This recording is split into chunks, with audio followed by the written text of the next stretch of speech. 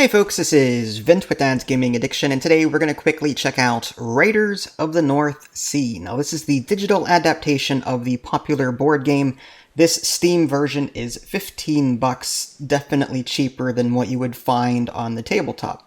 Raiders of the North Sea is, for the most part, a worker placement game, but its mechanics are slightly different. It's not just place a worker over here and get something, and place a worker over there and get something else. No, there's a little bit more to it than that. On your turn, you're actually going to put a worker down somewhere and get something, but then you have to pick up another worker from somewhere else and pick it back up. So you're actually getting two benefits every turn. And because this involves like Vikings and the like, you're going to be raiding settlements and trying to be earning victory points. So here's a quick look at the main menu. There's an options menu up here. I'm going to click on that and just pause if you want to see any of this in greater detail. I'm kind of disappointed. For a $15 game, I would prefer sliders. I know there's toggles, but some sound and music sliders would have been nice. I'm just saying.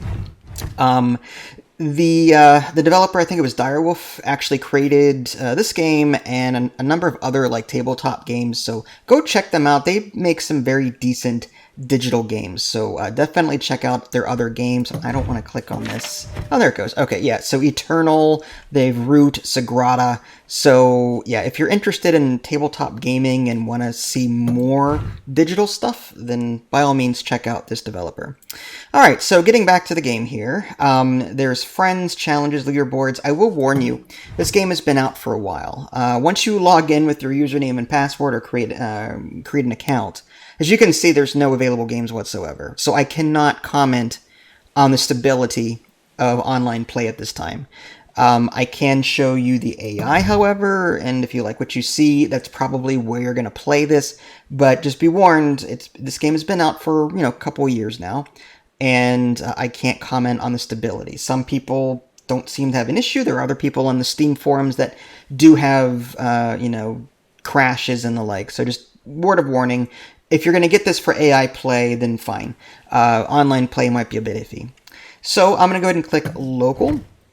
There's tutorials, there's a campaign, versus AI, and pass and play. I'm going to click on versus AI. I don't want to start over. I will just simply say that... Oh, I guess I did. I'm continuing where I left off, hopefully. Let's see here. Did I start over? No. Okay, so I picked up where I left off. Awesome. Okay, so the AI can either be played like easy, normal, or hard. And you can also pick number of opponents, that kind of thing. It's typical game setup. I will warn you, however, that even on the easiest difficulty mode, the AI will still give you a challenge. So if you're hoping to go into this learning the game and not be kicked repeatedly by the AI, then I'm sorry, it's not going to happen. You're going to lose several times. In fact, I still lose on the easy difficulty setting because I don't play this as much as I'd like to. Anyway, let's get to the game just to show you what it's like. So down here is your primary worker placement area. You've got the mill, you've got the barracks, you've got the longhouse, the silversmith, the armory. None of this will mean anything to you right now, but suffice it to say, you can drag your little black worker here. The workers come in three different shades. There's black, gray, and white. And you'll note that some of these locations have different shades. So like the mill, for example, has the black icon there. You get one food, that's what that is, if you go there. However, if you place a gray worker, you get 2 food, and if you place a white worker, then you get 2 food and a gold nugget. So some workers are better at certain jobs than others. The silversmith is another example of that, whereas the mill, the action got better as you went from black to gray to white. Here, the black icon actually, or the black worker actually gives you more money than the silver, the gray, and the white one does, which is interesting. So you have to sort of weigh things. And again, on your turn, you're going to put your workers somewhere on an empty spot, and then you're going to pick one up that's already existing. There's a silver one at the gatehouse. There's 2 black ones over here. So you're going to do 2 things on your turn. On the very bottom of the screen, you've got 2 different toggles. There's crew and townsfolk. People that you acquire in this game, if I go to the gatehouse, for example, and pick up some cards, they start off as these townsfolk. And if you go to the town hall, you can play them for their abilities. So these 2 on the very bottom here are townsfolk. This says swap an equal amount of cards with an opponent. Don't worry about the head icon yet on the top action or on the top ability. Just ignore that for right now. I'm looking at the play icon, and that says swap an equal amount of cards with an opponent. So you can play these cards just for their abilities, and that's it. And you go to the town hall to do that. However, if you pay the cost, which is the gray number in the upper left-hand corner, right below the red number, that is, if you pay the cost in coins, you can hire them as part of your ship's crew. And that's what this toggle does. It swaps between townsfolk and crew. Now, these are crew. And crew is important because they will go out and attack things whenever you tell them to get victory points. The red number is their strength. So this Shield Maiden has a strength of 3. And her crew ability is the one above the play ability. In this case, it says gain 1 VP when raiding a monastery. So that's what all of these locations up here are. These are all the different areas that we can eventually raid in order to score points and more resources. If we take a look at the harbor down here, this is the simplest and easiest ones to do. You start off being able to raid harbors, and then you kind of work your way up the river here, and they get more and more difficult to raid as you go up the river. And that's the game-ending condition, is when enough of these places get raided out, the game will end. So, but your crew gets more powerful, and you have an armory down here, so if you spend money at the armory or spend iron ore, you can get a buff to your attack strength. Like right now, my attack strength is 8, and that is a combined crew and armor value. This Warmonger that I have is 3, the Shield Maiden is 3, and the Marauder is 2, so that's 8. But if I were to go to the armory and pay money or iron ore, I can get a passive permanent buff to my attack value, and that will allow me to take these places better.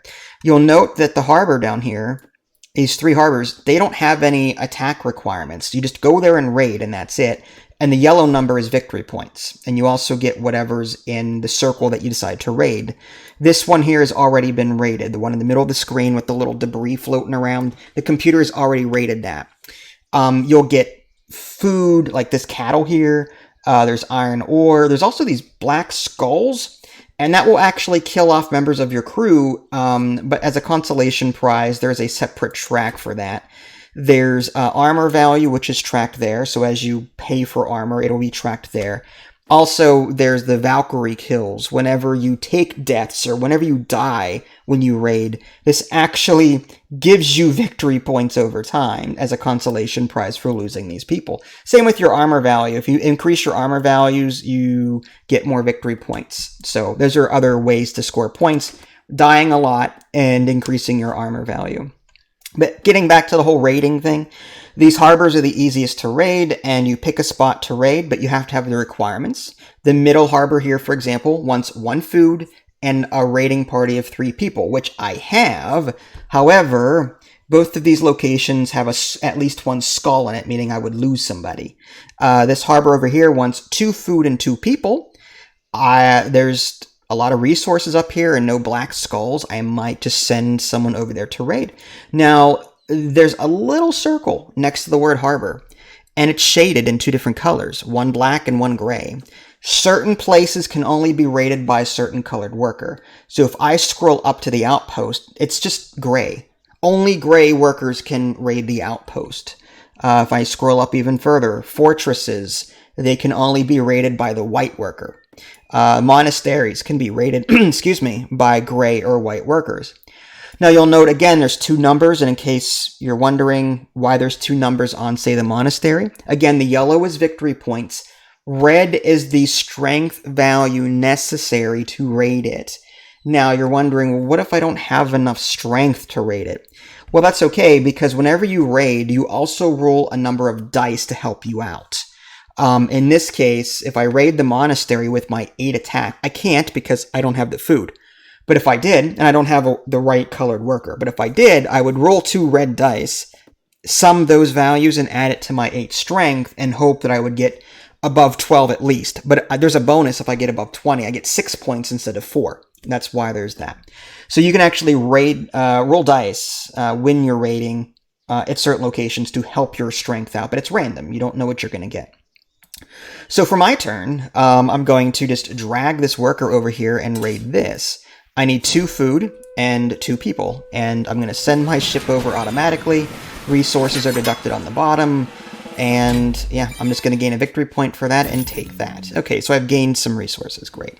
And now my turn is over. I did pick up a silver worker that was already at that location, or a gray worker that was already at that location. All right, so time is kind of flying at this point because he's taking his turn. Once he's done, I'll show you some of the other things. So getting back to this area, I've got this gray worker now. What do I do with it? The longhouse, I can trade in a livestock, that livestock down there, for 2 food if I want to do that. There are some other things like make an offering. This is where I can just flat out pay resources to get victory points. So 2 gold there, 4 victory points. 2 cattle, a gold, and a money, 5 victory points, and so on. So this is just a quick way to get victory points. Just if you can't spend your resources anywhere else or don't want to spend resources anywhere else, you can go to the longhouse and just pay for victory points that way. Some other things, the barracks is how you turn people from townsfolk into your ship raiding party. So again, they start off, if I go to the gatehouse and pick up cards, they start off as townsfolk. And then if I go to the barracks, I can choose one person to hire. So if I go to the barracks right now, I can't because there's a worker here. But if I were to go to the barracks, I could look at these 2 cards and go, which one do I want to hire for 2? Because they both cost 2. And then they would turn from a townsfolk into a crew member that I could send out and raid. So that's what the barrack does. The treasury lets me discard cards for money or gold, depending on how I want to do it. And yeah, so that's the gameplay loop. Typically take 2 actions, put a worker down, take 1 away. For this turn, again, I want to keep raiding. I don't want to like lose resources though. You'll note that this harbor space, these 2 spaces have skulls on them. They do have a silver worker on them or a gray worker. So, I'll pick that up if I raid there, but I lose people. All of these harbor spaces have skulls on them. I don't want to lose these people. I could if I wanted to, but that means I'd have to hire new people. The outpost up here wants a gray worker. I would need 3 food and 3 people. Now I just need the food and I can go up there. So I think I'm going to focus on food. So I'm going to put this gray worker here and take 2 food. Now I have to pick one up. There's barracks, armory, actually this is the treasury over here, huh? Okay, well, the barracks. I could bring someone in. I mean, I've got 6 money. Alright, maybe I do that. Alright, so I'm going to drag that here. Great. And now I can choose which one of these 2 do I want to hire. This one is gain 1 VP when raiding an outpost, and this is pay 1 less provision when raiding a monastery. Well, what am I trying to raid? I'm trying to raid, well, there's outposts and monasteries up here. I only have 2 food, so if I take that person, it'll be cheaper for me to raid the monastery up here. So maybe I hire that one guy that makes it cheaper to raid monasteries. This one gives me a victory point when I raid a monastery. All right, let's go ahead and hire this guy. He'll be added to my crew. And now I've got a combined strength of 10, plus whatever dice I happen to roll when I raid. So now the AI is going to go. He's going to assign a gray worker somewhere. I didn't see where he put it. And he's taking some food. Now it's my turn again. Now, unfortunately, I didn't plan this out very well. I can't raid the outpost of the monastery yet because I don't have the right colored dice to do, or not dice, but the worker to do that. I can still raid a harbor space, but I don't want to lose anybody. I could. I'd prefer not to. Okay, so do I hire more? Do I get more townspeople? Do I just get more money? I mean, 3 money's 3 money. Yeah, you know what? I'm going to take the money and then pick up this guy. I can pay that iron ore down there to get +2 to my armor. So I'm going to take that. So I can pay 2 money and get 1 plus armor, or +1 like strength armor. And then I'll just pay that. And there we go. So now I've got 10 plus 2 is 12 for my armor value. If I click on this, you can see I've got 2 there. So if I keep adding armor, I'll go up this track and get victory points as I go. And he's doing stuff. Now it's my turn. Now I've got that silver gray worker there. So let's see about raiding.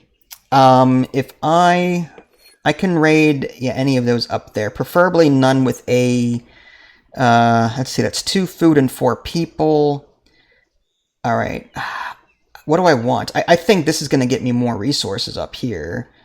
All right, so I'm going to do this. And I'm going to take, 2 iron ore and a gold. That'll help me buff up my armor a bit more.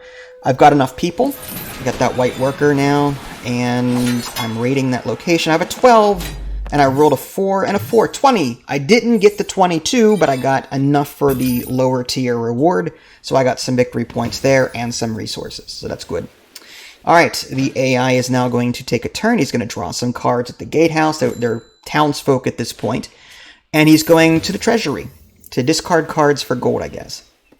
Okay, so I've got this worker here. I only have 1 food, so I don't think I can... Oh, I can raid here because of this one guy. He says pay 1 less provision when raiding a monastery. So instead of 2, I only need 1. I think I'm going to do that. So I'm going to come here and do the same thing. I'm just going to raid that location. Give me some good values, please, on the dice. I need at least 2 to pass that check. 21. I was 1 short from 22, but I still raided that location, got some resources, and now it is the AI's turn. I think you guys see where we're going with this. Again, typically 2 actions per turn, unless you're raiding, in which case you grab whatever worker's there and your turn is over. But you're going to be gaining resources so that you can get the food and people necessary to raid these locations and at some point in the game. But you can also get victory points by increasing your armor, by dying in combat, by just spending resources at the Longhouse and being done with it. Like, I could, in theory, go to the Longhouse over here, trade in 2 cattle, 1 gold, and a coin, and I'll get 5 victory points. Do I want to do that?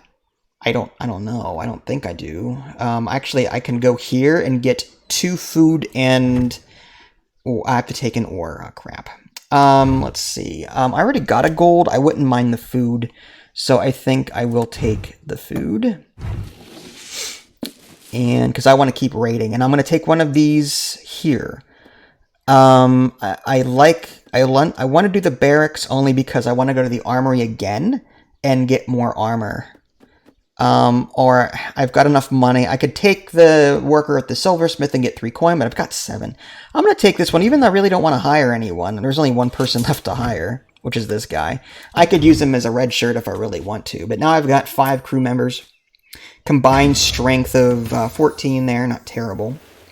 But yeah, that was Raiders of the North Sea. Like I said, the AI is fairly competent at this game, even on the easiest difficulties. So if you lose a couple of times, so be it. I do approve of this particular game, tabletop and digital.